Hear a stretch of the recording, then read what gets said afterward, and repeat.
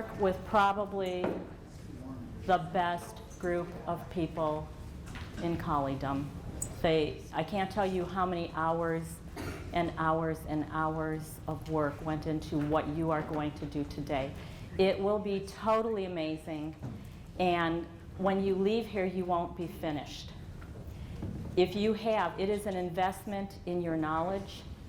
It is something you can pass along. These skulls are amazing. They are a gift. And as that gift, Debbie Holland, where are you? Thank you for providing for us the skull of Brandon. That whole trip was amazing. The amount of TLC that went into this is unbelievable. Thank you, Debbie.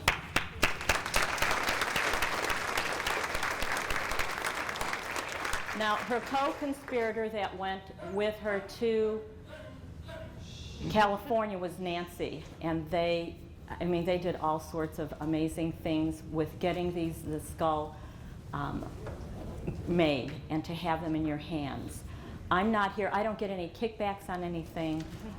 I have purchased 2 of these skulls myself.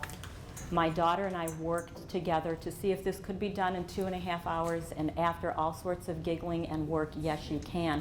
But know that it won't be finished. It's going to sit on that stand, and you're going to go by and go, and you're going to tweak it. But that's what you do as a breeder. As an exhibitor, if you don't breed, you're always looking for that better dog, and that's what you are going to be afforded to do. You're going to be able to make that better collie, because we're always looking for the perfect collie, and it's not out there yet, but you're working on it.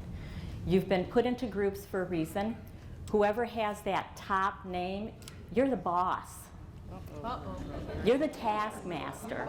So just make sure that everybody is included. That is your job. Don't talk, children. It's not time to talk.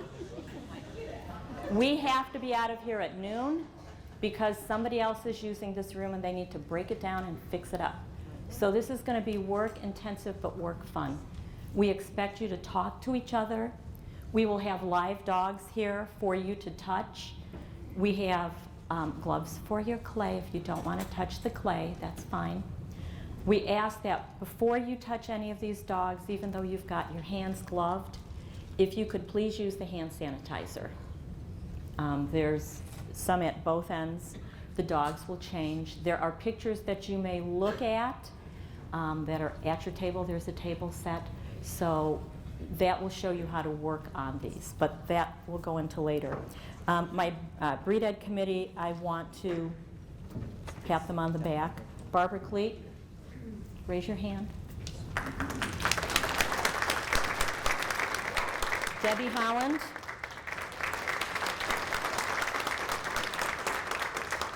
Lee Cohen is sick, use hand sanitizer. Nancy McDonald. The bad boy who's in the corner 90% of the time, Larry Parsons. Mary Robichon. And I'm the ringleader, Pat Caldwell. We have added 2 positions, thanking the board for seeing the need for this, and that is Kathleen George and Deb Smith.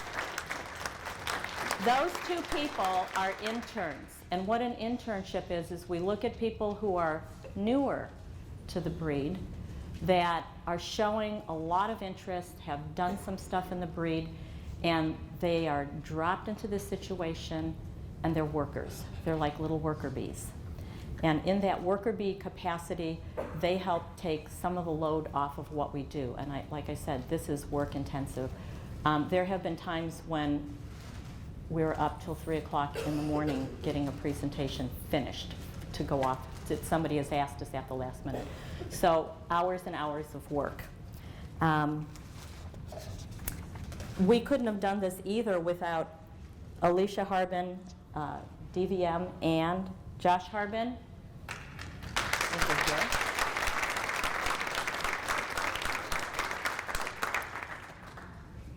And the gift that you have in front of you was made possible by 2 benefactors, anonymous or not? No, they're Okay, they are up there? Okay. Well, what I have here, it doesn't have it on my crib notes, and it's like, I thought we were going to announce them.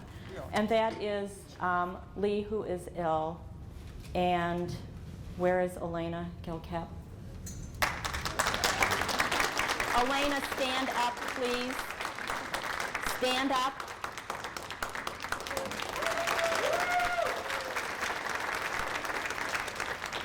They funded the actual trip out there, the making of the skulls, so that we could present this to you.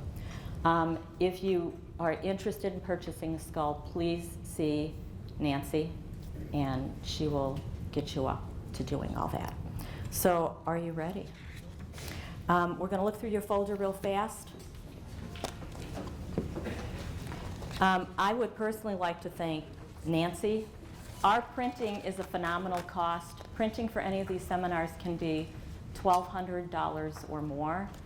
And through a blessing, Nancy was able to get these beautiful handouts made for less than that. So thank you, Nancy.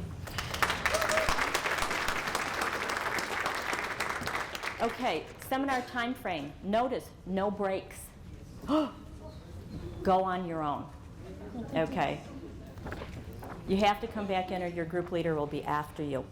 Notice that as you go through, we're going to have some presentations.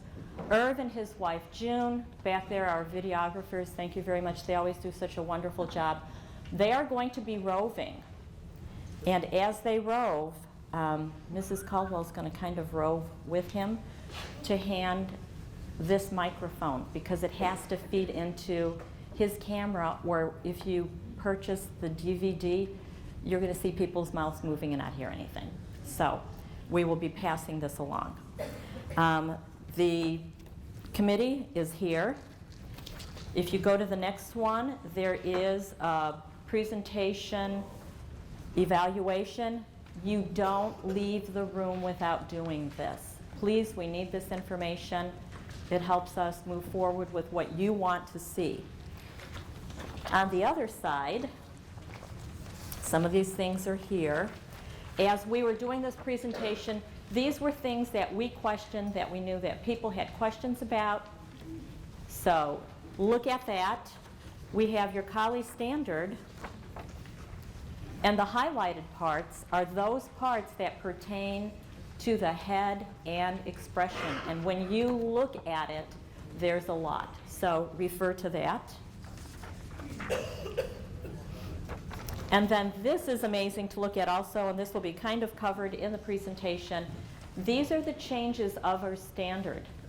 And if you notice, we went from a very, very small one to a very large one. And we think Gail Kay, this information was taken from her book. Are you ready? Here we go. With the exception of this CC of A annual seminar and the occasional local event, most of our knowledge of the Collie standard is absorbed from mentors, either face-to-face or other media, by sharing our experiences of studying many, many Collies over extended periods of time. To help with understanding the standards, what words are used to show Collie expression? Okay, there they are. The music worked. Okay, so see, these are some of the things that we forget that there were many reasons for certain descriptions and terminology. For example, and I'm not going to read the whole presentation to you, it's just a couple slides. The Collie standard puts great emphasis on the head, eye, and expression.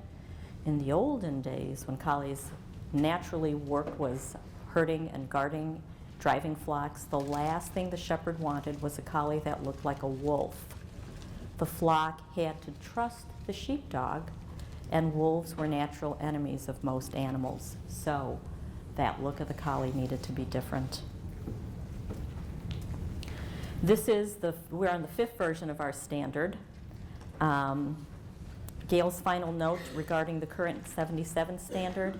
You can look at that in your handouts, so we're not going to read that to you, but it's there. And again, if you looked at it, there was this small snippet with that very first standard, and when you look at it, they were looking for a herding dog.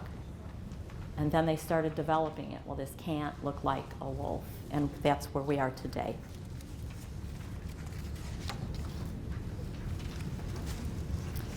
Steve Field was on the committee that made clarifications to the 1918 standard that resulted in the 1950 standard version. Approximately 10 years later, CCFA published Illustrations of the Collie, His Character and Conformation by Lorraine B. Still, that has accomplished what he thought was the next logical step for further clarification. We feel this is the next step, actually having the skull before you and molding it. These are examples. If you look at the ideal collie profile and you look at all these others that are up here, it summarizes the publication of Lorraine Still's. So these are what she did. If you don't have that, it is on our CCFA website. It is a plethora of information there. Look at this. So if you say, well, I don't know what a broad head is, or I don't know what an incorrectly placed stop is, if you look at that, it will show you. But you don't want to fault find. You want a virtue find, and that's why we've got that large picture. Know what the virtues are, and then go and see, well, yes, this isn't right. Go back to what is.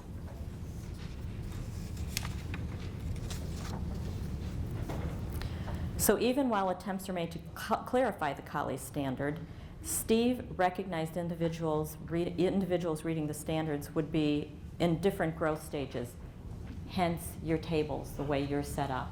If you look around and talk to the people at your tables, there's different stages of you all. And you can't discount anybody. That seasoned breeder, exhibitor, that novice coming in with questions will rekindle and will make you look deeper and make you a better breeder and exhibitor. By the same token, that breeder that's been around the block a couple times and has gone through the ring and gone through those puppy experiences and the highs and the lows is going to be able to shed a lot of information for you. So enjoy what you have here.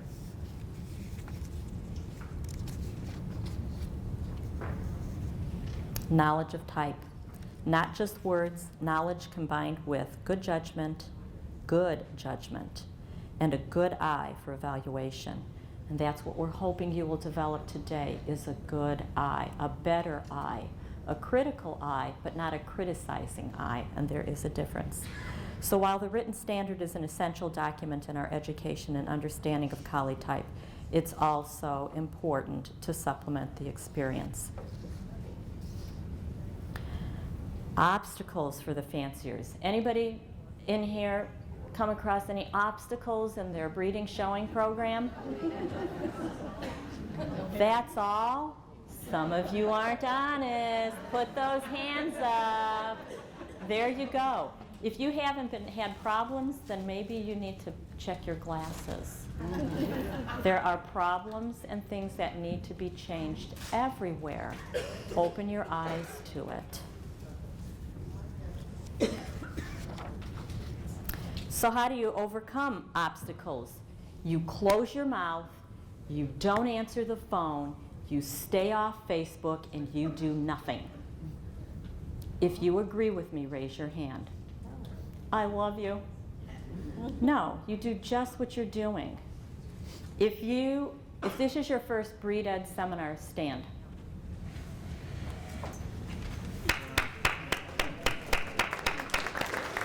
Okay, sit.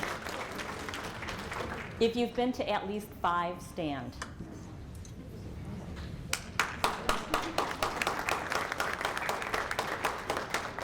If you've been to at least 10, stand.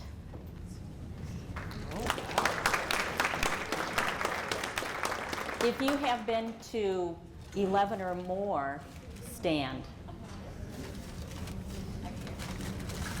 Good for you. What we're hoping this will do is make you lifelong learners. How many of you couldn't come to a seminar but purchase a DVD? I get no kickbacks. There you go. you essentially have been to a seminar. So that is the importance of everything that we do here. So take advantage of it.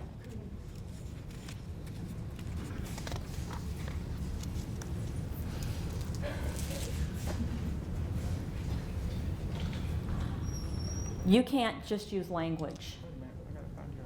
Okay. We're on a different page. That's fine. Forgot, like, Yes. There we go. You can't just use language to define and describe what you're seeing in a collie. You have to use your hands. You have to use your eyes. And you can't do it alone. You have to develop the eye, but when you're developing the eye, you also need the language, and it is tied together. So use all the tools that you have, and don't be afraid of falling, because Debbie, help me here, or Chizuko, fall how many times? Fall 7 times, get up 8. Fall 7 times, get up 8. And look around the room. There are people that'll give you a hand and help you to stand up. What you're going to do here today is not going to be a paintbrush on canvas.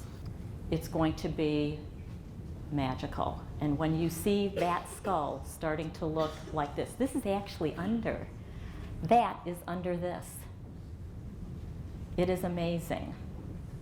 There'll be a lot of giggling, trust me. Okay, contemplate the words of the standard. Can you identify a few words that use to describe ideal expression? It doesn't do it. Go through it and look and see if it really defines that for you. It tells you what you need. When you walk by a collie that has it, you'll know it. You will be wowed. You'll take that second look. You'll want to put your hands on it. You want to feel it. You want to touch it. You want the dog to smile at you. And if you haven't seen a collie smile, walk around. There are a lot of smiling collies. Look at those ears. How important is it to get these ears on here? It is extremely important. That was one of the lessons my daughter did. I said, we can't do anything else until we get the ears on the head. I turned around to roll Clay. I came and she had these 2 ears plastered flat against his head. Okay, wise guy.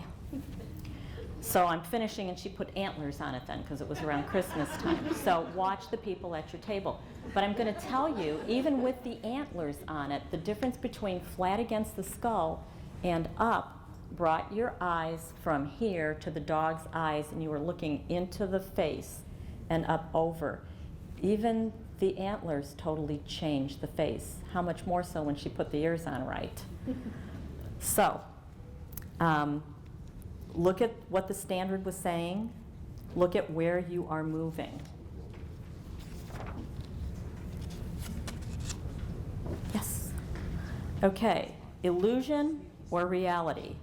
The Collie's, this is an illusion, or is it? The Collie standard is very specific in precisely describing ideal expression.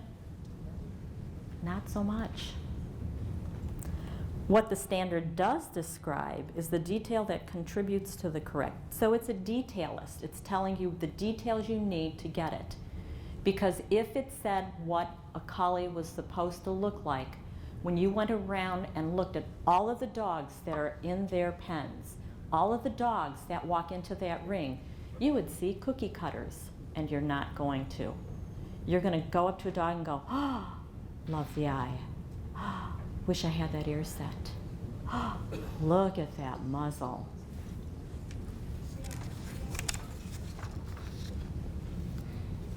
The standard describes and details that contribute to the correct head construction and implicity. Elements creating the illusion of quality of expression. What are these things? A well-blunted, a well-blunted lean wedge. What is that? It tapers gradually and smoothly. In profile, the top of the back skull and the top of the muzzle lie in 2 approximately parallel straight planes. Tell that to somebody who doesn't breed collies, and they'll say, parallel planes. What are you talking about? But if you can see it when you look at it, it's there. Tell them that the stop is imperceptible, but it's there. They don't understand that. The end of the smooth, well-rounded muzzle is blunt, but not square. So all of these things are specific requirements intended to allow us to evaluate the quality of a collie's head with more precision.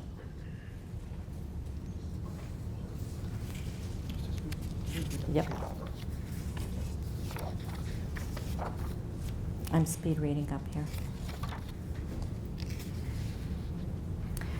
Okay, the reality expression is one of the most important points when considering the collie's relative value. And again, if you look at that sheet that shows the whole standard, which includes gait, which includes size, what is the big bulk of it? It's the expression. So what is the illusion? The illusion that some hold is that the head qualities are easy to achieve and not easily lost after one develops good bodies in a breeding program. If you agree with that, stand. I love you. It's not easy, but I'm going to tell you on the other hand, a good body is not easy to breed for and keep. Just like head qualities, you can lose it in a generation and then not be able to get it back for several. So, be keepers of the breed. The reality is that the head properties and expression are of utmost importance. So if you've got it, don't lose it. Illusion or reality, conditioning, the other piece of the puzzle. So you're looking over a class of dogs, and you look at a dog, and it just doesn't look right. Or you've seen the dog, and the dog looks different than you've seen. Conditioning to the head is as important as conditioning to the body. And I will use one of my dogs as an example. She has a beautiful skull. She's got a pretty face. It was winter time. My dogs are hogs in the winters, but apparently I wasn't feeding her enough. Now, she weighs 50 pounds. 3 cups plus a snack generally does it, but not for her metabolism. And Debbie and I were just looking at the dogs, and it's like, I've got to show you what is going on here. And she touched her, and she said, if I would have touched this dog's head now, I would have said, don't keep this one. But I know what this dog was.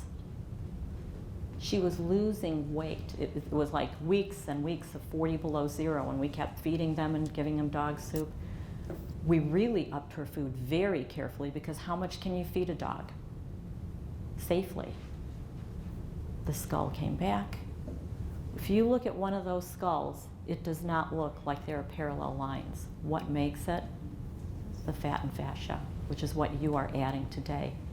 And she has built that back up. She was select bitch last year at the National. So she had those qualities. She lost them because she was losing weight. So you can lose weight in the head too.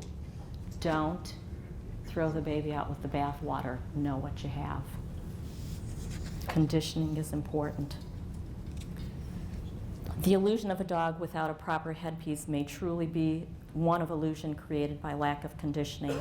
While a dog can be genetically predisposed to sufficient fat and fascia to produce that lovely correct headpiece, the same dog can lack the proper conditioning. And by this, that conditioning means, you know, the food, feeding, what body weight they have, to make that proportional tissue fill. So it can make that beautiful skull snipey, sunken, and one without clean, pleasing lines.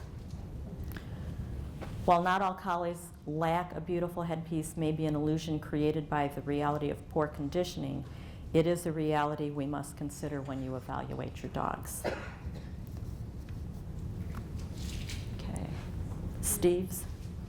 The standard says, remember, the head is the most important in a show collie, but in evaluation, let us be reasonable and not employ calipers or survey sites.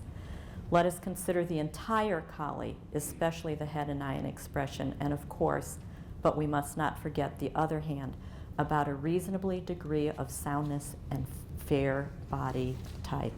I think one of Steve's quotes is, "A collie does not run on its head," and it's a good thing to keep in mind. Okay, as you sculpt your collie, consider these things. And we've done it. We spent a lot of time on the phone with each other, laughing and giggling and giving pointers. When you first begin your sculpted masterpiece, where do you begin? A suggestion, a clump of clay placed on the back skull. Now, there should be a manual at each table. If you kind of page through that, it'll show you how to get a good jumping start as to what you're going to need to do. So begin with that chunk of clay. They're going to look like they've got a little cap on the back of their head. What about the muzzle? How much build is necessary here to produce that pleasing round muzzle? You're going to add it as you go, and you're going to see it's the same thing, dog to dog. When you're breeding for muzzle, you're adding more. You'll know when you have too much. The dog will start looking heavy-headed. Think about what is needed to be done so that it doesn't show drop-off at the end of the nose. Again, you have pictures to look at. We have live dogs here. What will you need to do to produce the chiseled eye? Ah, the chiseled eye. You'll be tweaking that for a while, but it'll be fun. This is in no way a complete list, but just a representation of what that reality is. So enjoy the other interpretations of the standards besides your own, whether as a judge or a breeder or fellow member of your group today. We're all in unique levels of our understanding. Look how fast they finished that one right there at that table. Nice job, ladies and gentlemen. Okay. So enjoy this journey. And before you start, we have another part. Here's the amazing part. The eyes. I mean, that round eye makes this beautiful skull. Okay, we trade off now. So, Alicia, do you want to go by Dr. Harbin, Dr. Alicia, Alicia? Alicia's good.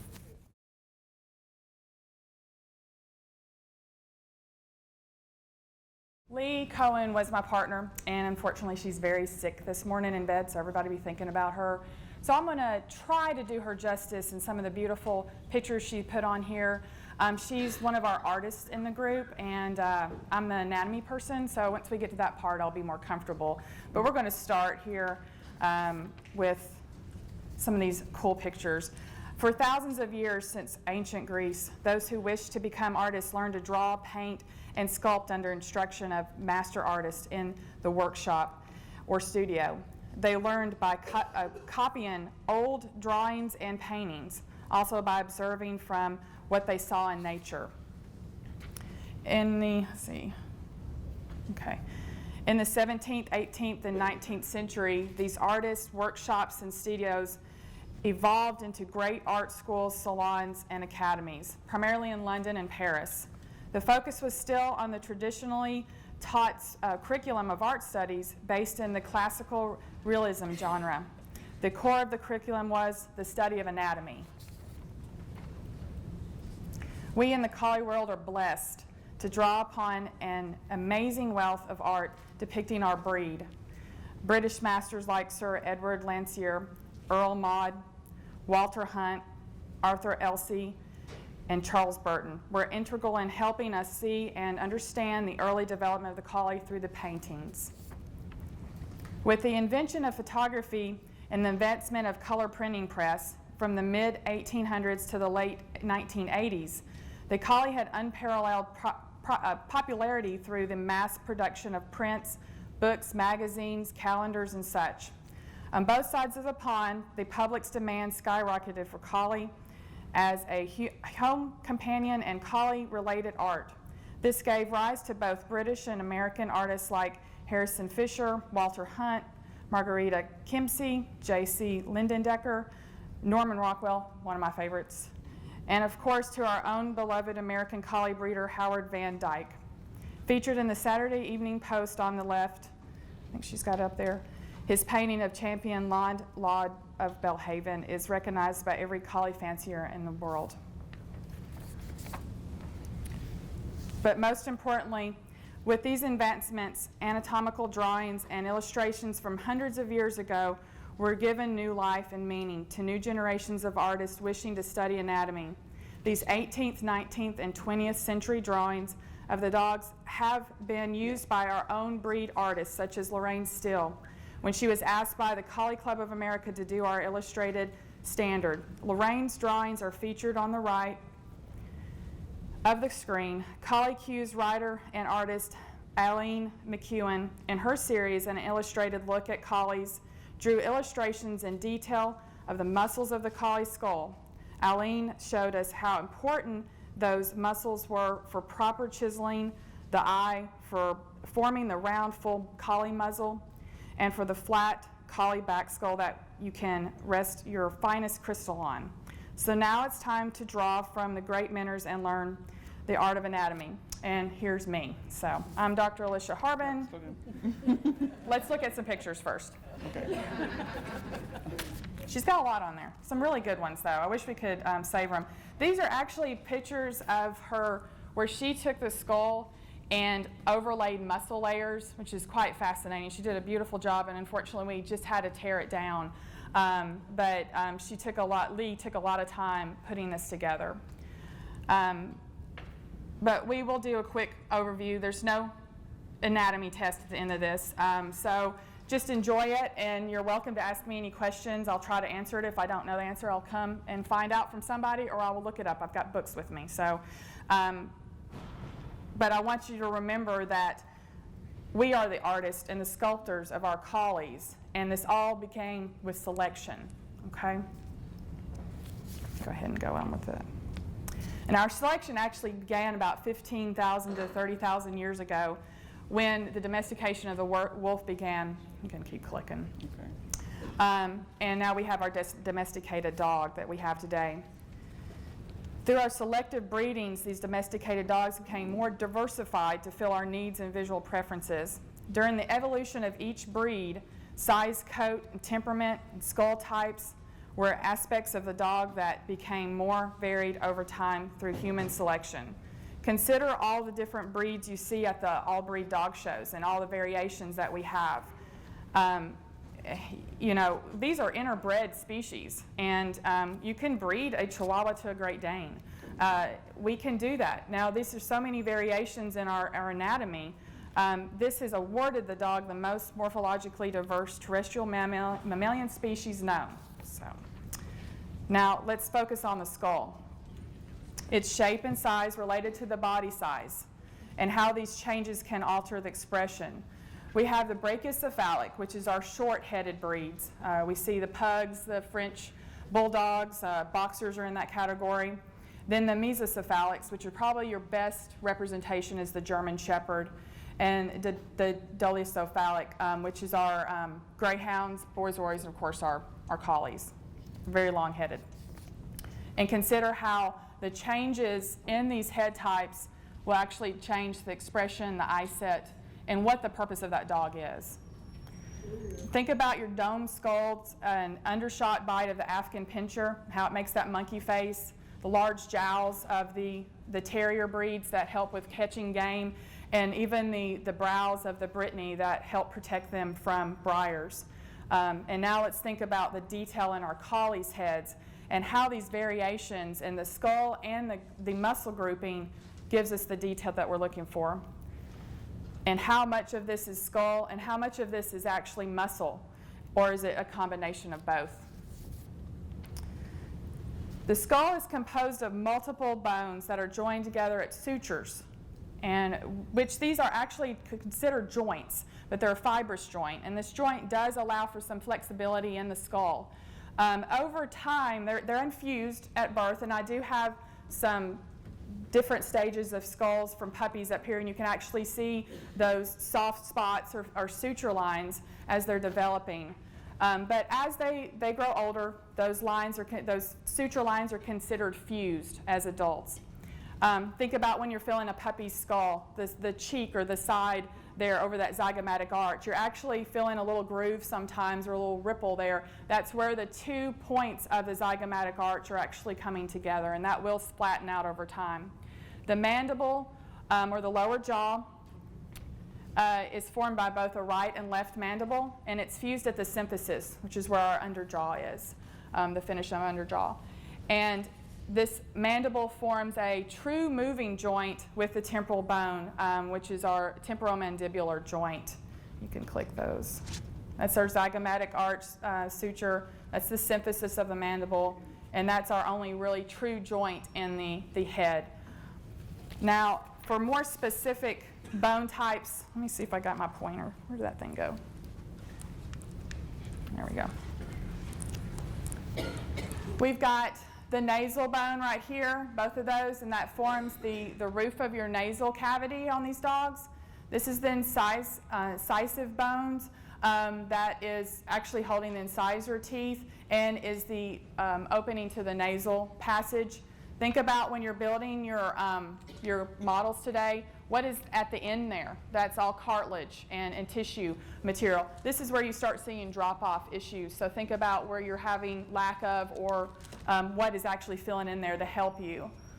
The maxilla bones, that actually forms the majority of your muzzle.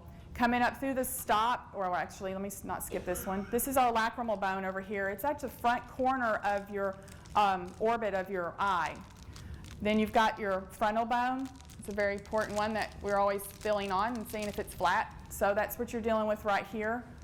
You've got your parietal bones, which if you look at your skulls, you will see a sagittal crest. It's a little rise along the middle area there.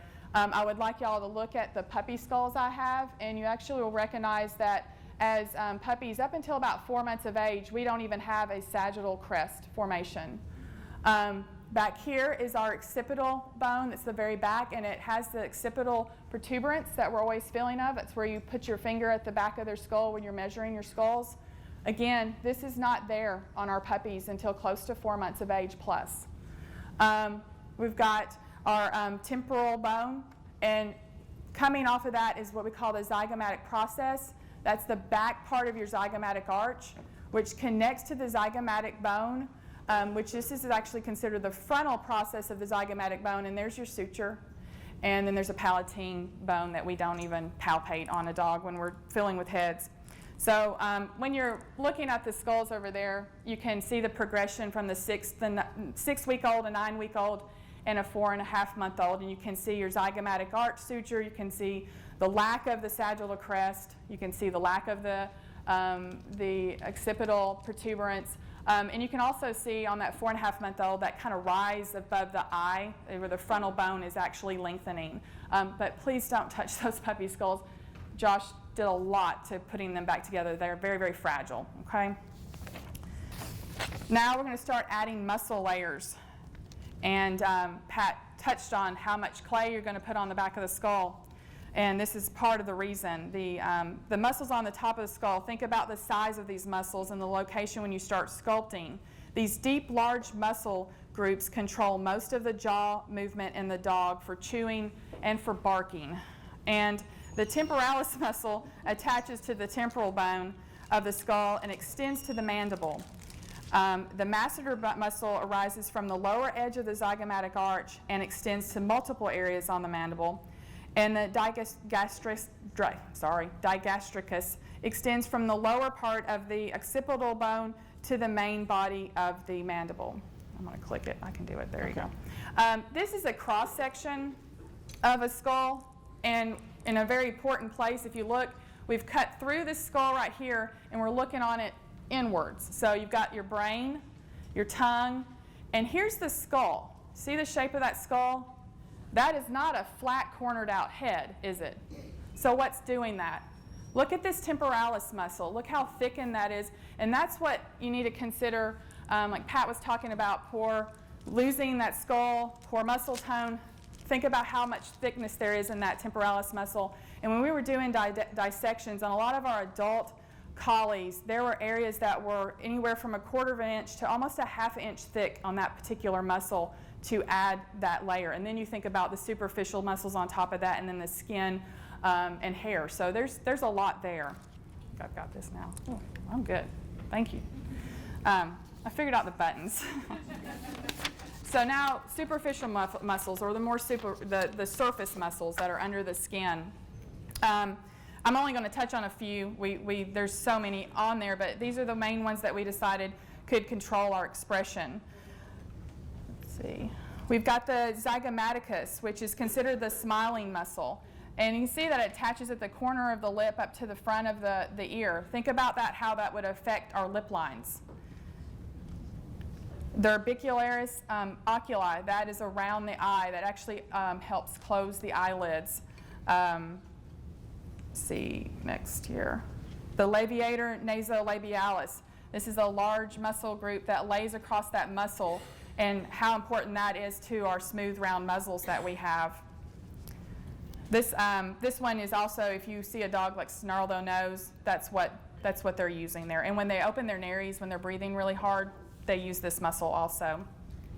And then the buccinator muscle is actually a deep muscle that is part of the deeper cheek muscles, and it's primarily used to tighten up and pull food from the vestibule of between the teeth and the cheek and get it back in on the chewing surface of the teeth. And then above that is the orbicularis oris. And again, this one is running in a circular motion around the lip line itself. So consider that and how that can affect the lip line if we have poor muscle there or poor genetics of that muscle. And then the platysma. This is actually a very thin superficial muscle that runs all the way from the edge of that lip line all the way back across the neck. And you can see some dogs that have it's a little saggy there, and think about how this muscle could be affecting that during your breeding. And then, of course, the good old ears. There's a lot of ear muscles. There's no way I was going to list all of them. So we broke them down into 4 general groups. We call the caudal auricular muscles. That caudal means tail, so the back part of the muscles on those ears. This is what's going to pull those ears backwards when they lay their ears back or they're twitching around in the ring on you and pulling them backwards. I love when they do that. So that's what that particular group is doing. Then we have what the muscles in the ventral group. Those are actually pulling those ears down. You'll see actually more of that when dogs are interacting and maybe one is submissive and they pull the ears downward. So that's what we call ventral, going down. So there's a large group of muscles there too. The inner scutularis. This is best seen by your stud dogs when they're checking out a new girl and they can pull those ears up almost touching each other. That's what muscle group that is there. And sometimes they won't do that in the ring, will they? I mean, it's amazing. And then our rostral, which rostral means towards nose. And so these are the ones that are pointing forward. And this is our ears that we're wanting in the ring, hopefully, where they're pulling them forward and they make that beautiful face, and that, like Pat touched on, how that frames out that eye. This is very, very minimal, so if y'all have any questions about any anatomy, please ask. I did not include anything specific on the eyeball because unfortunately, there's no good literature out there showing pictures that are not terribly confusing even to me. But we have done measurements and we've gotten you the closest eye that we can to what I have measured that will fit into that orbit. And when you stick it in there, you'll see there's a lot of space. That's all muscles that are controlling the eye. That's fascia and fat. There's a fat pad behind the eye. And you will see some dogs as they lose weight, that eye will kind of sink in and look weird, and so that's another indication of poor tone. But I hope this helps you with your sculpting today and in your future evaluations of your collies.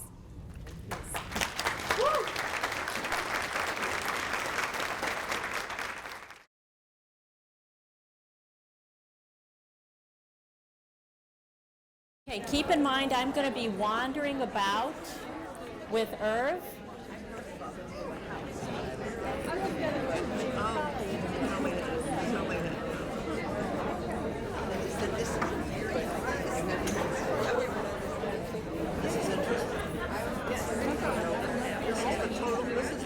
Larry will explain this. I can hold up here. Here you go, Larry. Do you want to hook it to you or hold it? It's fine. So does everybody have a roller at your table? Clay roller? She doesn't? Okay. Okay, we'll get you one. So you take 1 bar of clay, square bar, and take that clay roller and roll it out, and what you want is about the size of this. So it's down to about 1/4 inch. You roll it out. Keep that and mic then- by you.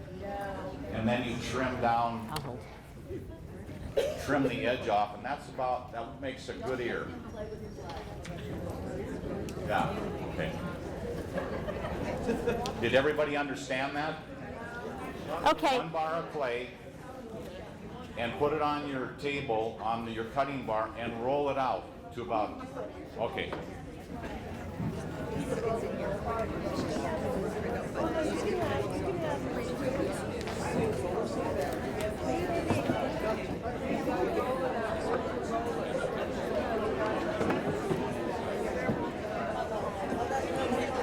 Your roller comes in 2 pieces.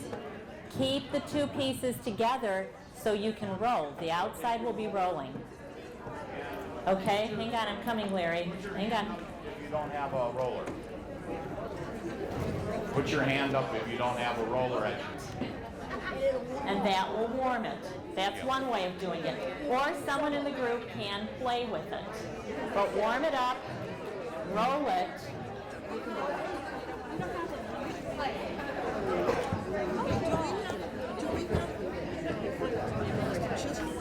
So you kind of get it like this. You got a hand there. What do you need? Clay. Let's do 1 bar of clay to the table. Yeah, get 1 bar of clay to everybody right now. Got it. Let's do 1 bar.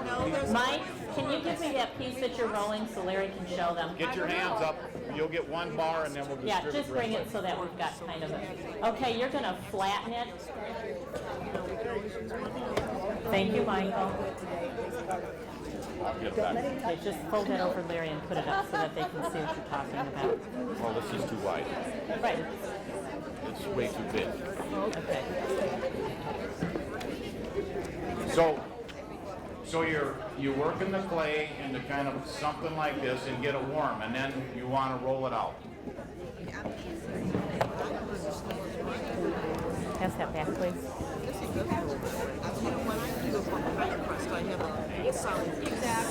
What he's doing is he's got the clay on top of the paper, and he's rolling it out right on the paper.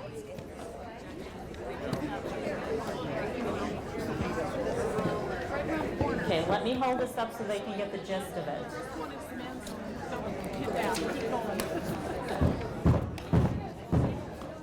Okay, here you go. He put the clay on the paper and he's rolling it into the shape. Does everybody see this? Somebody at each group needs to be paying attention. Okay. We have some ADD people here today.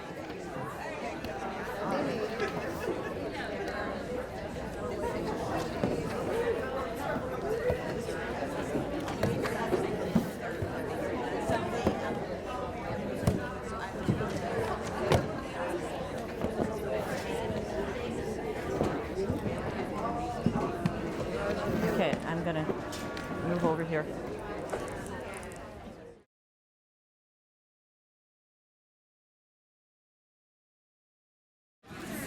You want me to turn it again?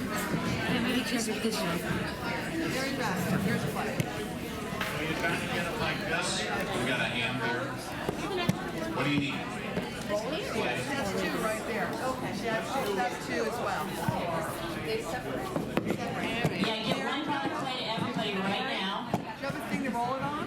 Does it have to be Mike, can you give me that piece that you're rolling so Larry can show He them? said it should be like this size. Oh my gosh. Yeah, just bring it so that we've got kind of a... You're getting Okay, you're gonna flatten it. Yeah, no, it'd be like this piece. That's what you need. Thank you, Michael. Mary Jackson. So you're getting there. Yeah, I'm getting there. Just fold it over Larry and put it up so that they can see what you're talking about. Almost. Hey, it's coming. It looks like a head. It's our head. No. Almost. What he's doing is he's got the clay on top of the paper, and he's rolling it out right on the paper. Oh. He's rolling it into the shape. Does everybody see this? Somebody in each group needs to be paying attention. Okay. We have some ADD people here today. We can fold those pieces back in and roll them smooth.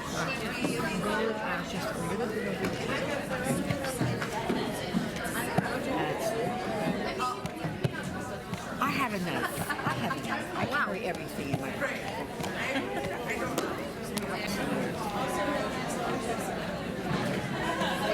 Open it up. Cardboard little file. What else is okay, Cup. And you can bring that up. So what do you do? Nowadays on the they have videos for yes. Here it is. The plane makes a lot of noise. We got a serious knife. Sorry, ready? Got that. Where do we go from there? This was for the ears. No, this is for the. This is for the head. Give me the clay. I'll put it together. Another piece. You want to just roll out a little bit more on another piece later?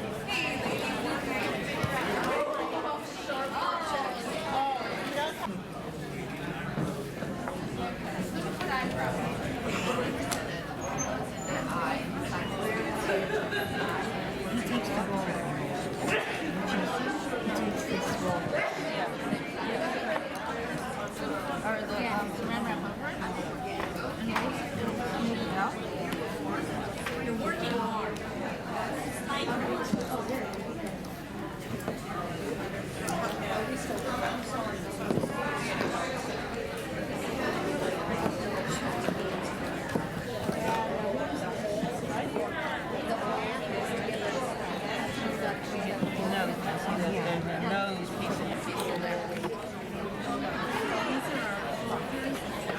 I'm trying to say, no, it's not Norway, from or Holland. Holland, right, okay. Are there a lot of collies in Holland? Apparently so. Apparently, there's some. Yeah. There are a lot on Facebook when you go to like the Smooth Collie Facebook page, the group page. A lot of people in Holland and Norway. I was surprised. I didn't know Norway. I see some Smooth Collies that I think was on the Facebook page. Or maybe it's just one person posting everything. That's so bad. Ooh, skull face. There is one skull per table set. So if you are table 1, you have one. If you are table 21, you have one skull. If within your group you have 2 skulls, please bring it here because we have a couple of groups working together because their skull has disappeared. Thank you. Where are you? Raise your hand and I will come gather them. Mike, you want to give them that skull so they go to the start and work on this one? Well, they don't have enough skulls, so just take that one over. Everybody has a skull. Does everybody know what group there is? Okay, look right here. Here's where they say do the ear. They put that white thing back up on it. Yeah.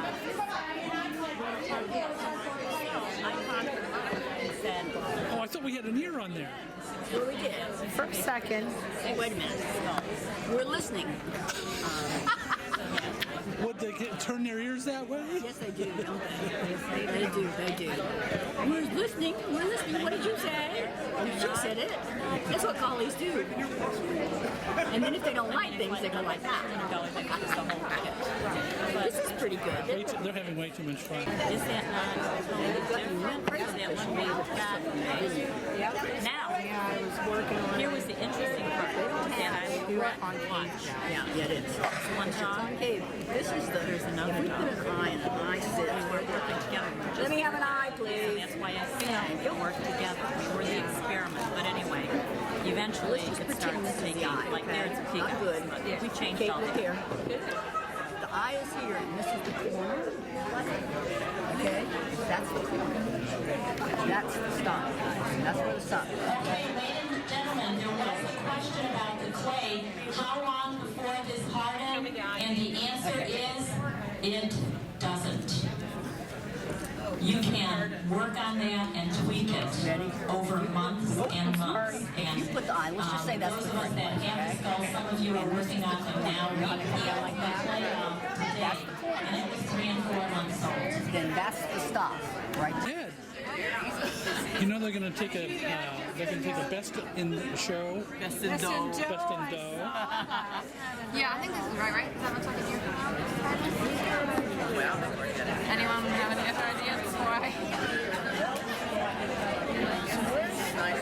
folded it so that way it goes in like that.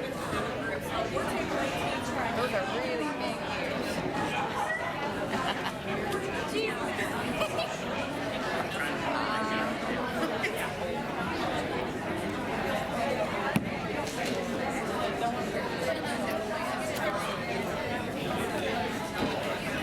Ours is actually starting to look like a Collie.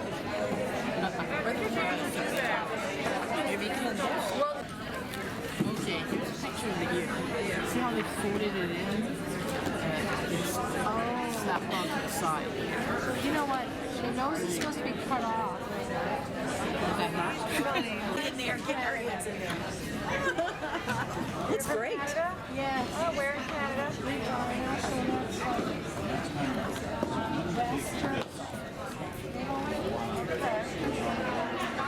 We're very friendly with the co-breed with Beth Rutherford in Nova Scotia. She's on the other end. Yeah. Oh, and Michelle Cousineau. I don't remember that. That's been somebody from East. Where are you? Okay, New York. Okay, so that's why you know. Yeah, well, Michelle bred to my boy.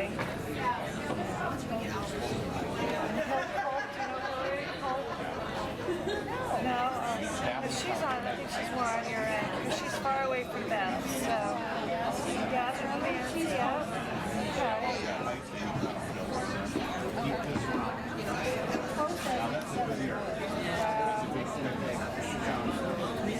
Yeah, we have to do the eye, we have to do sides. Your legs are starting to look a little bit like that. Yeah. Real silent too. You should win Does it then. need like a lip? Well, I have a lip one. Do that after. It's all her.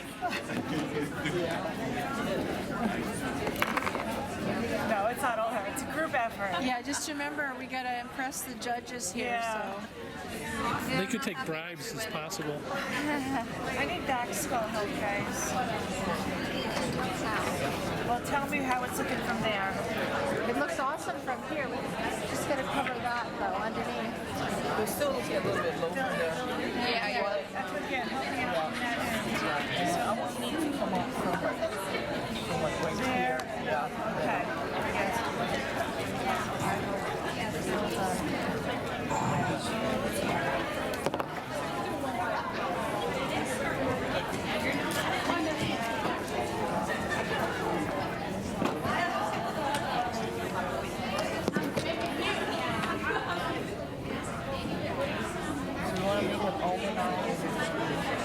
Ladies and gentlemen, if you could kind of listen as you're working.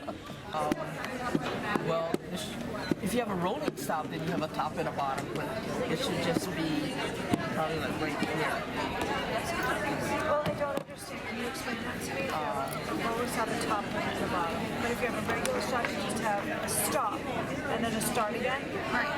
Right. So, It's not round. yeah. Okay, I think I understand. Rachel's 8 months old. I know. I know it's not.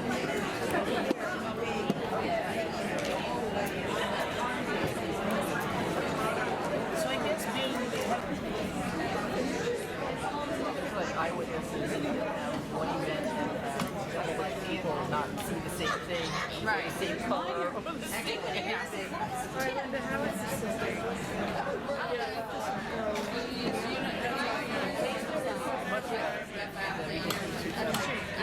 There's a base of the right ear doesn't match the base of the left ear.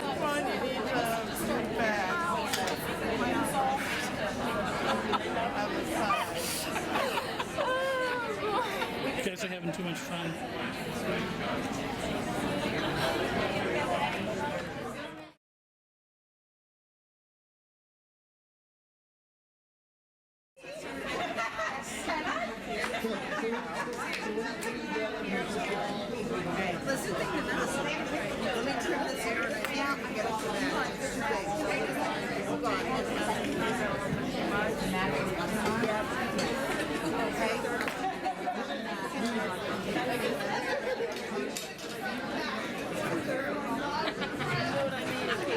Ladies and gentlemen, you have 3 minutes.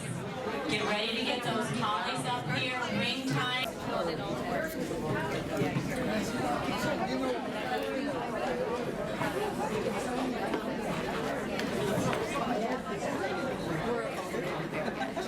Okay, if you somehow took, we had 2 purple knives that we were using to cut the clay.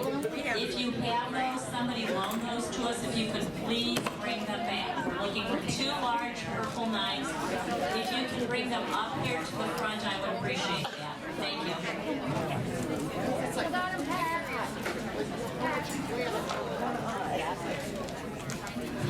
We have them. We love you. Yeah, I like this one right here. That one I really like. I don't know what that one. Yeah, that one's really good. Yeah, I really like that one. Really well done. But see, we've got some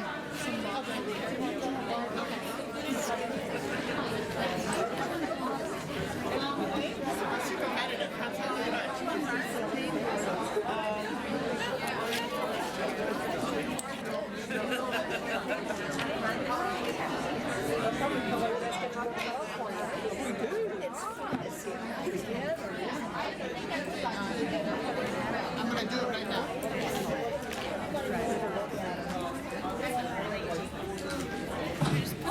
You can left turn and hand these to me. Thank you. Any of the other stuff that you have, these need to, Carol, if you could put those just by. tweaking at. My ears are gonna fall off.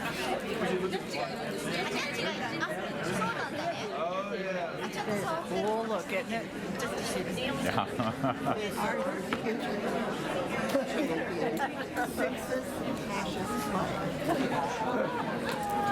And demerits for working them on the table.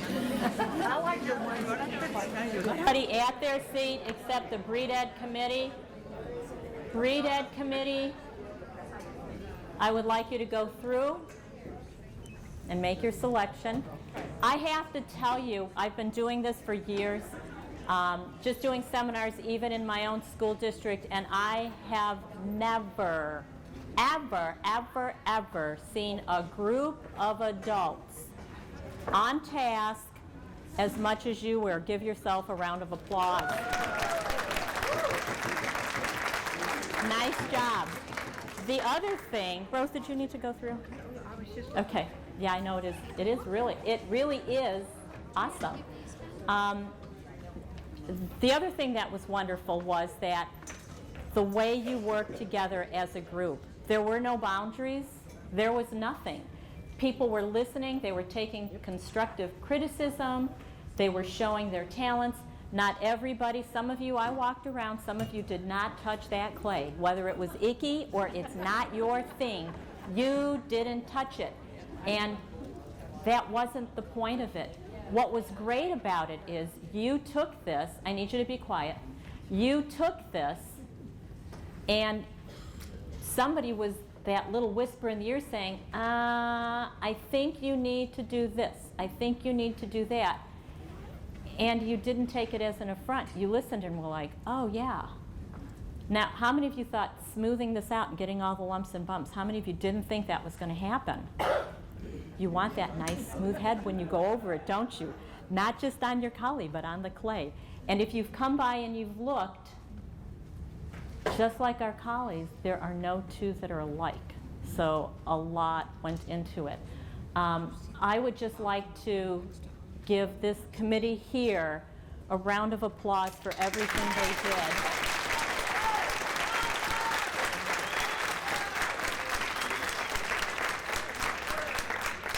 And when I told you at the onset of this that I am humbled and honored to work with this group of people, do you understand that now? Yes. But you also need to know I am the ringmaster. And if you could sit in on one of the meetings, you would be so amazed at everything. Just the learning opportunity, and they're so energetic and bubbly, like, you know, I'm going to say, like, remember your kids when you were giving them a bath and after the bath they were naked running through the house? No, they're not naked running through the house. Or back. He's back in the corner. Okay? Or like that, you don't want to know what he said. Yes, you do, but you can ask him later. That puppy that, you know, they get up in the morning, they've already done their thing, and you're running trying to chase them. That's what this group is like. But I want you to know that what I saw here today was the same exact thing. The enthusiasm was there. You should give yourself a round of applause. You were awesome.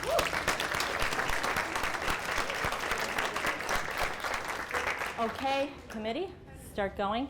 While they are doing this, you're not off the hook. I want you to raise your hand and tell me one thing that either impressed you or that you learned or that was difficult or that you can compare to either showing your collie or breeding the collie or what you're looking for. Let's take what you learned now and put it on the table so that somebody else can hear, because you're going to find that somebody else is going to go, oh, I thought that same thing. I have that same issue. Okay, do I have somebody that's going to start first? What did you learn? Because I will call names if you don't. Thank you. Wait, I've got to bring you a microphone or else. Irv is looking at me already like, you better get over there with that microphone, Pat, or else. Okay. How critical the eye placement is to everything in the skull. The ear placement, but if the eye is not there, it's really hard to work around everything else. Thank you very much. Wait, I gotta run.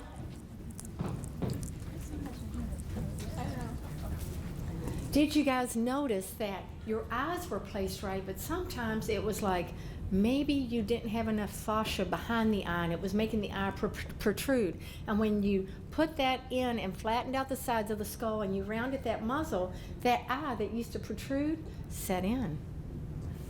Thank you. A junior, I love it. Gotta stand. Okay. And she's smiling. I thought it was interesting metaphorically that, like, you know, it took us a while to like figure out where we wanted to start with the collie and then, you know, to sculpt it. And I think that said a lot about like our breeding programs, and when everyone first starts in collies, they kind of look around and go, all right, where do we start? What bloodlines do we start with? And then like sculpting it from there on and picking what bloodlines we like and creating our own. So I thought that was interesting and a cool activity. Very, very. Okay, now, this is from a junior. Our breed is in good hands.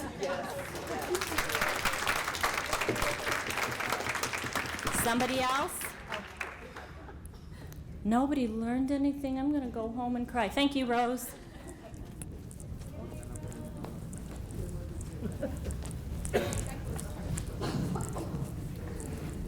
It's so important to remember that the head has to be balanced and everything around it has to fit, even though sometimes it doesn't.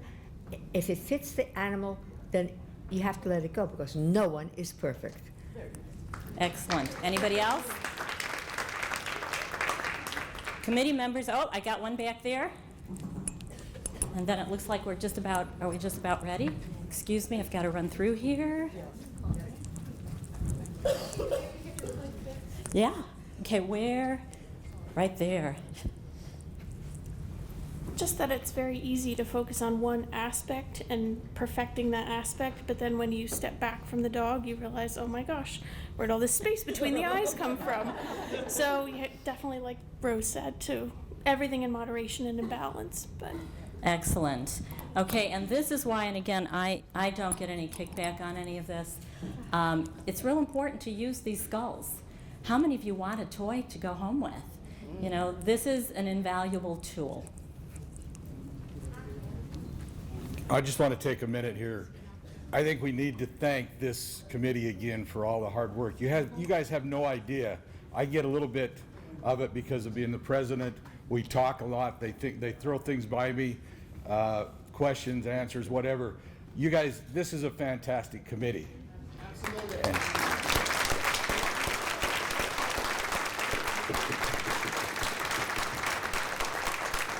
Thank you very much. I forgot to introduce Mike earlier. If you don't know Mike Van Tassel, this is Mike Van Tassel, our president. And let me say, and he's here, so that's great. Sometimes we don't have that. And let me just say one other thing. This was brought to the board a few months ago to consider doing something like this for them. If this is something you guys want, and I think every one of you, from what I walked around and took pictures, I have never seen so many people at a seminar interact and say, no, this should be here. What about this or what about that? To me, this was a fantastic learning experience. I don't care if you've been in the breed 1 day or 100 years. You learned something today. If this is something you guys want, you have a district director. Tell that district director about it. Tell other members about it, and let them come back to the board and let us make some decisions so you guys can learn some more. Thank you.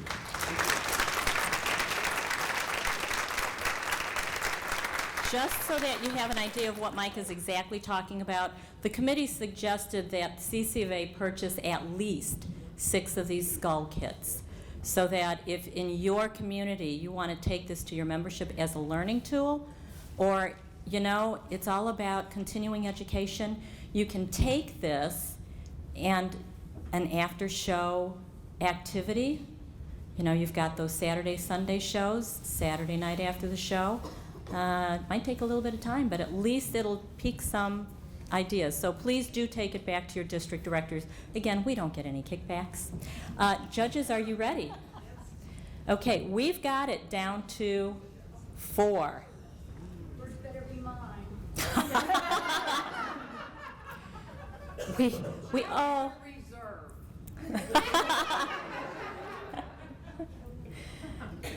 okay, we have to get it down to the 1. Look again. Okay. And then the reserve.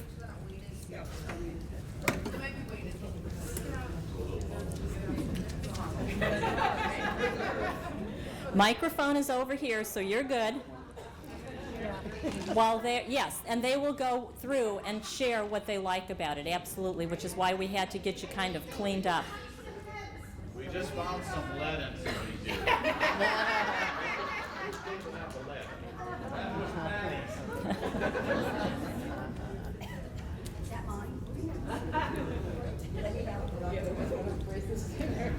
Okay, any other comments you have to make while they're making this final decision? Wait, we've got to do this or else nobody will hear your words. Go back to your local club too. I had the skull with me, so I took it to a club meeting last week, and they just immediately ordered one. We had to reopen our meeting to approve the club orders one. It was ordered that night because they were very excited. And it's something, you know, we took the clay off this one today and started over again. You can keep reusing it over and over. So as you have new people come into the club, you can start them off right away with that ability to work hands-on. Thank you. And we did, I mean, when my daughter and I did ours, we did it in December. We peeled the clay off last night or this morning. You know, we peeled it off. It stays, and you don't put it in plastic or anything. It's called plasticine, and it stays very malleable. Any other comments?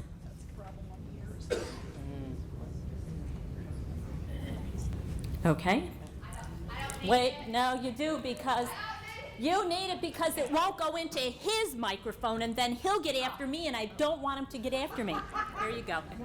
I think that one of the main things that I learned regarding this is now I kind of know why I'm trimming where I'm trimming, or where I've been told to trim, and where I've been told don't touch that. So that just brought it, you know, right home to me. So poor dogs are going to have bare heads when I get back. Thank you very much. Oh, it looks like they're cuddling. Okay, now I want you to notice how nobody wants to get out and share because it's a big group, and think about all the sharing you did in small groups. So it's important to get together.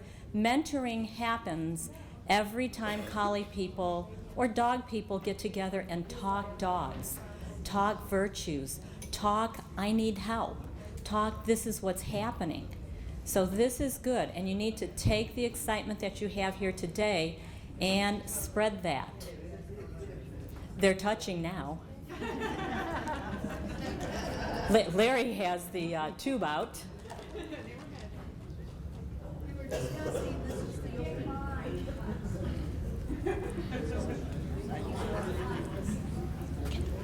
Who has the best expression? Let's try expression. Okay, they're going through the virtues.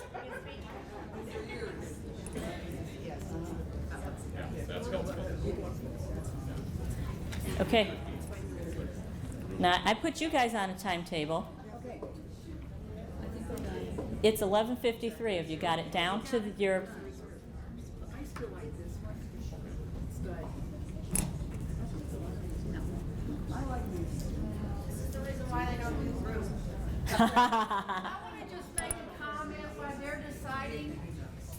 The reason that we're having a problem up here is that we all have different virtues that are very, very important to us. If you just watch what they're looking and how they feel the headpiece, you'll notice what's the most important. We're up here going, oh, I have to have a full round smooth muzzle. I have to have a proper, I'm not saying me, this is the comments up here. I have to have like a really beautiful profile, eye placement, you know, the finish of underjaw. These are all things that we're discussing. So it's the same thing in your breeding program, same thing with judges. They all have things that are a little bit more, you know, virtues that are a little bit more important to them. Are you ready? The AKC is marking your time. Okay, are we ready? Oh, I'll let John do it. Okay.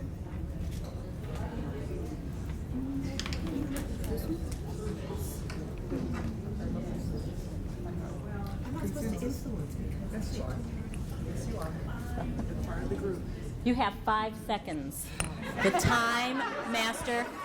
4, 3, 2, choose it.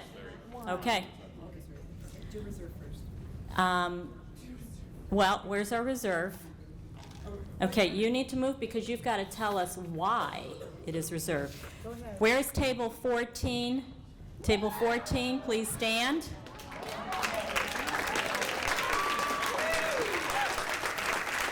Come on down, table 14. Table 14, you need to come here. We're not kidding. I timed them. I'll come get you. Is this everybody from your team? Hold it. Which one was 5 members? Who went reserve? Reserve, they said. This one. Okay. 5 people? We had 5 Okay. and 1 underneath. Okay. Here you go. So, congratulations.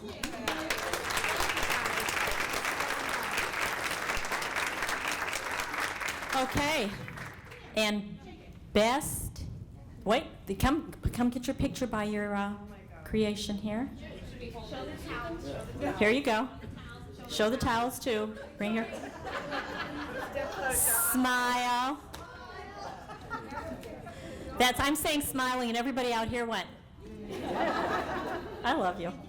Okay, congratulations. Okay, and our best in dough is table 5. Come on down, table 5.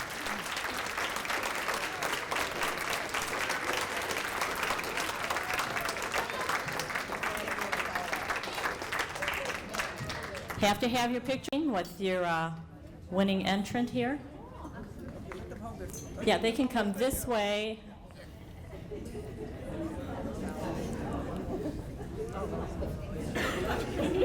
It's heavy, isn't it?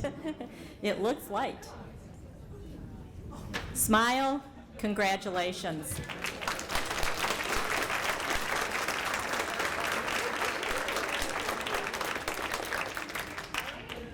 Okay, we hope you had an amazing time. We hope you share what you've had.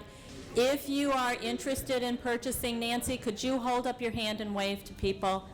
She is the person you need to speak with.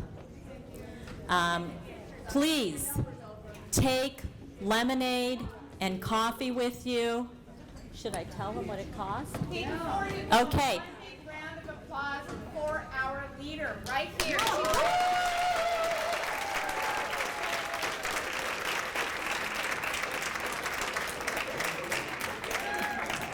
Thank you. Okay.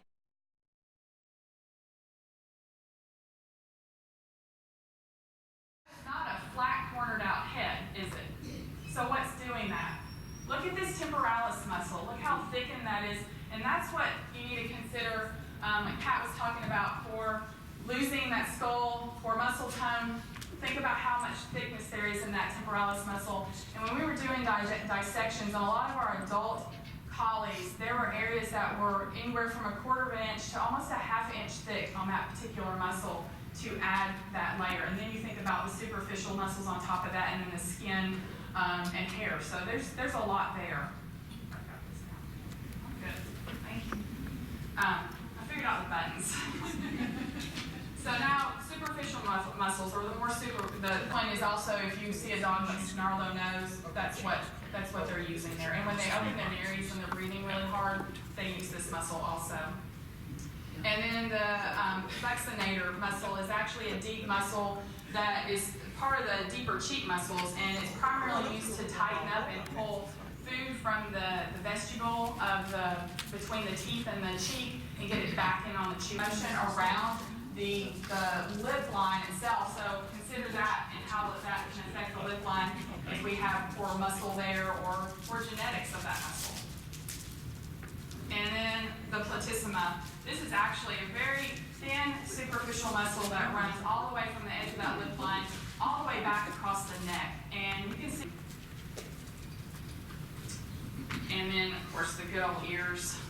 There's a lot of ear muscles. There's no way I was going to list all of them. So we broke them down into 4 general groups.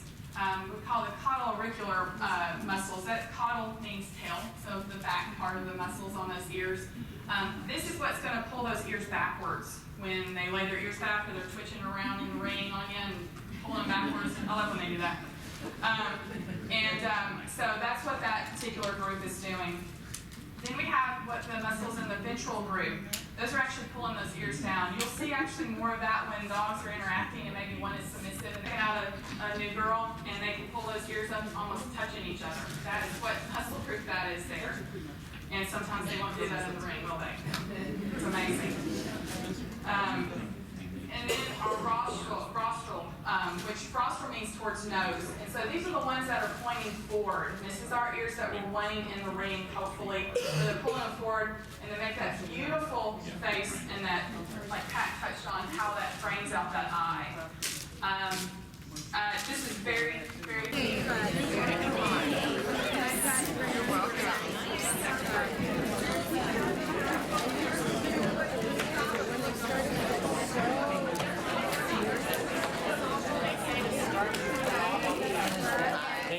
A knife? We got a knife. Do already? Yeah. What kind? This kind? We have that knife. Oh, you have that already? That one, yeah, we get one. Okay. How does that look? Do we need to fill it in back here? Well, okay, one is, I'm thinking of them. See, that's what a whole big thing. Whole big thing. All right. You know, I think what I'm trying to do is make it functional. And I think this needs to be moving. What's that? Oh, good. Thank you. So I'm resistant to plugging it. Okay. So, do we want to plug this already? No, I'm just having you stop. Okay. I think we put the little ball in. Okay. Blonde lady, look. look at me. Okay, look at the camera. Okay. Okay. 1, 2, 3. Another one. 1, 2, 3. Good shot. Cool.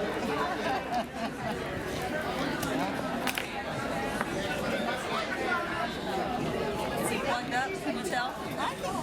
I don't know. I mean, I'm not. It's not super smooth. Do you need more here? Okay. As you can see, this is what it's going to be. All this noise and everything. Make sure that you can't help but look at the dogs. If you look at the dogs, please use the hand sanitizer. We want to keep the dogs clean. We don't want to transmit anything from person to person to the dogs or to the dogs.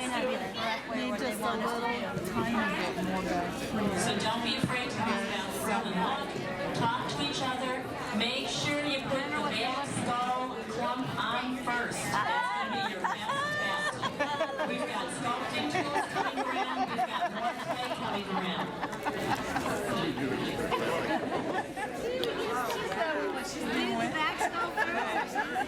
Well, you can't kill him. You can't nail it. And remember, we're going to be going.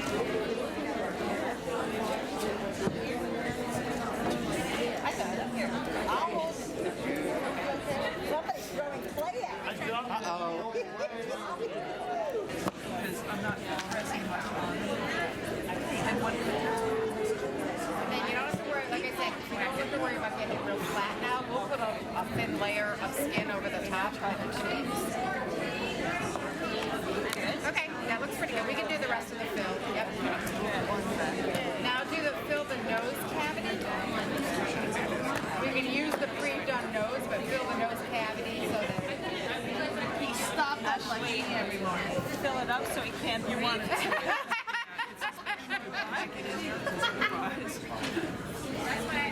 like me, everyone.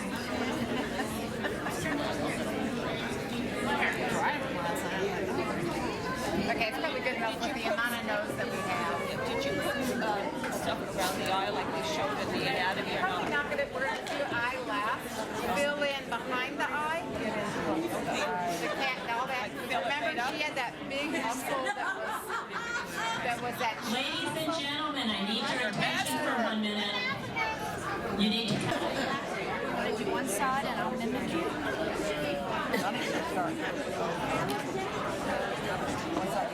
Here. Yeah. I'll take your extra pieces and Yeah, that's supposed to go. I'm continuing to push them back into. And there's a diagram of a nose you could start on. Let me see what.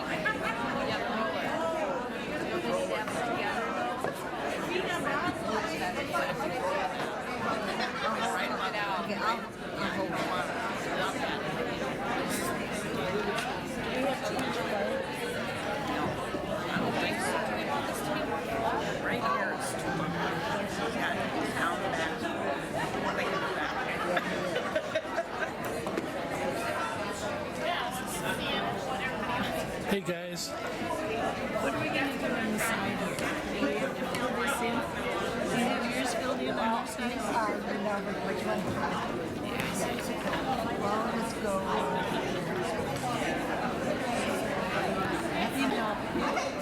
Next time. Next time. I feel like a girl.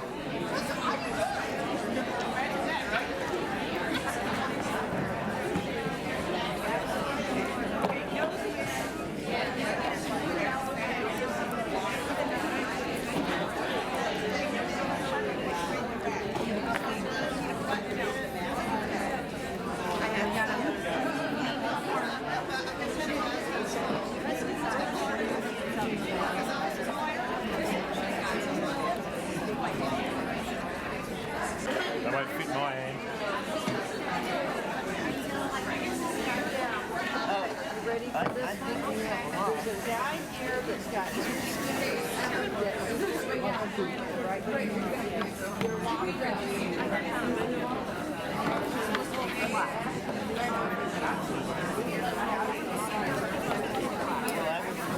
the notes, but I will. Don't make it too thin. No, I'm just thinking, if I roll it like that and then you can cut it down a little bit, you can layer it on sort of thing. Yeah, I like your idea, and if you can get me a little piece when I have little areas like this, I can do like this patch job there. Okay. It's too thin. Too thin. It's a good idea, but it's too thin. Too thin. Oh, well, I'll double it up. You guys are experts. Wow. Yeah, I went to Madame Tussauds last week. Did you? Yeah. Okay, cool. You guys are way ahead of everybody else. So I picked up some good tips. Did you?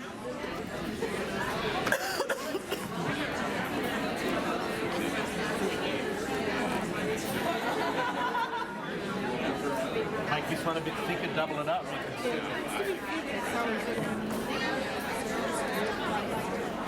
Watched Romper Room the other day. They were playing with Play-Doh. I got this. Yeah.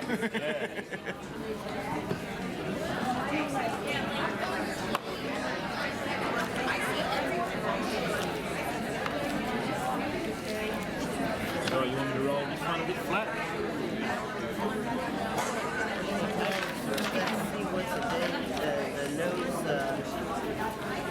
Hey. Don't know it's going to stay that way. Molding it. Here's a nice ear. Everybody wants a nice ear. Oh, that's a nice ear. Yeah. It's like telling my dog, good ears, good ears. So this is going to be one. Hey, another one. Nice.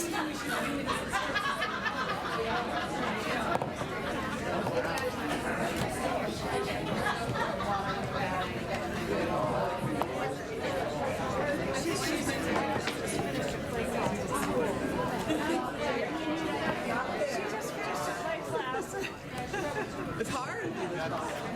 No, she had no idea what we were doing. Actually, I think it's like There. My wife the other night in practice. I got Oh, yeah, there you go.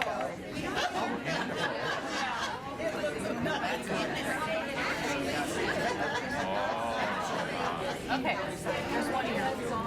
So how do Okay, ladies and gentlemen, don't forget you can come up and look at the dogs and touch the dogs. We are not telling you the dogs' names. Shouldn't matter names, just look at the qualities. Thank you. Okay. And you're doing a great job. Yay, you. So it is more like this, right? Now, somebody just asked, thank you, Michael Rudkus, because Mike knows how to ask questions. Your heart stopped. All of these collies are going to be judged. You're at the National. What do we do here? We pick the best in doe. So we're looking for a best in doe and a reserve best in doe. So let's get working. Have fun.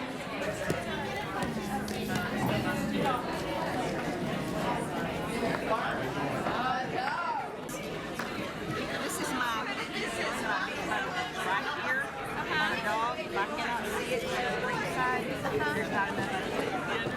Oh, the Orange back here. I've got this here. Okay, here's a good one. This picture. We'll see about pretty in a minute. Yeah. And I might have put too much over the chair. That's fine because we can cut it off. It's easy to scope it off. This has got to be rounded here. Rounded and slightly square. All right, so do we need to do That's actually better. Now the foreface, you're much Okay, 2 points, ladies and gentlemen. One, remember that in the standard it says that the head is inclined to lightness. Some of you need to probably shave off some of the fat and fascia off your dogs. Know that you should not use all the clay. From the bricks of clay we had, you probably used 3/4 to maybe 4/5. So you won't use all the clay. The head is inclined to lightness. we can use the shape to help.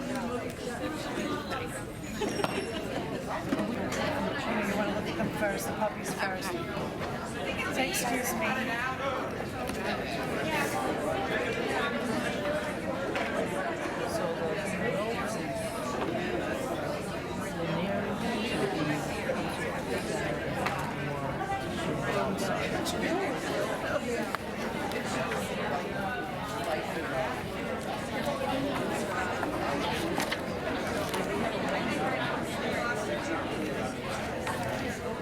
Yes, this is the best in dough. Best in dough, right here.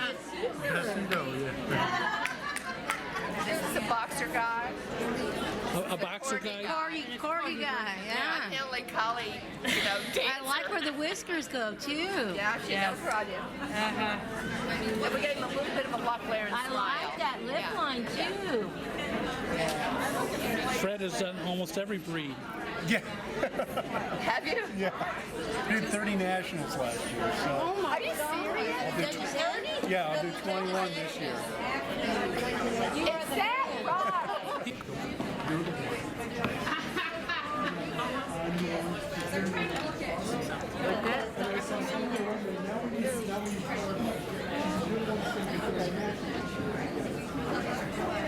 Do you do anything else? Okay. She did a video, right?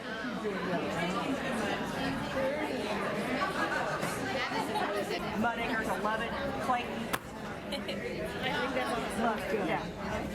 Okay. Did you guys get help with that nose? Yes. We Did need help you? with the eyes now. Oh, gosh. We need help with the nose, not with the artistry of Molly. Well, you were asking Becky, weren't you? Becca? I was trying to get her to come down, but she wouldn't do it.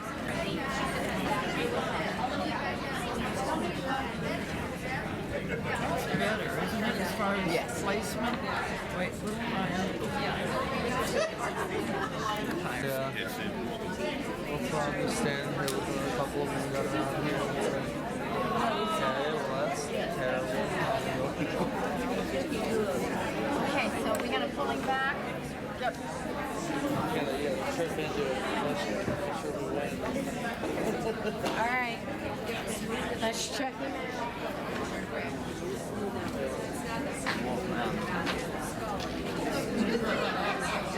Let me a little bit here.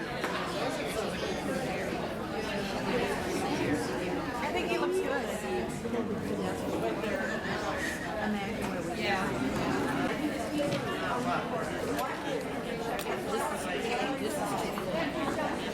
eyebrows are higher on that one than some in here. This is way higher.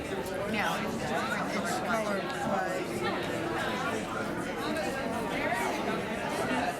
Thank you.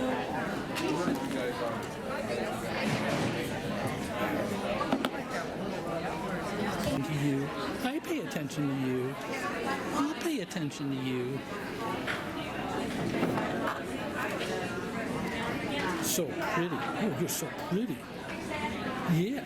He's so cute. He's incredible. It's all about me.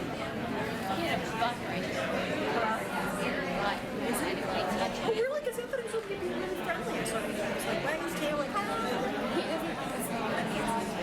he doesn't like the camera. He doesn't like the camera? Why? Wagged his tail for me. It's because I smell like a dog. Yes, you are. We have no clay on our hands. We're just going around loving dogs. We're coming together. These are all top dogs. You know? They can't get, they say they won't get their names out. They don't want people to know who they Well, are. I thought she would have it. I know. In the top 10. Yeah. I'm not sure about all of them. Yeah.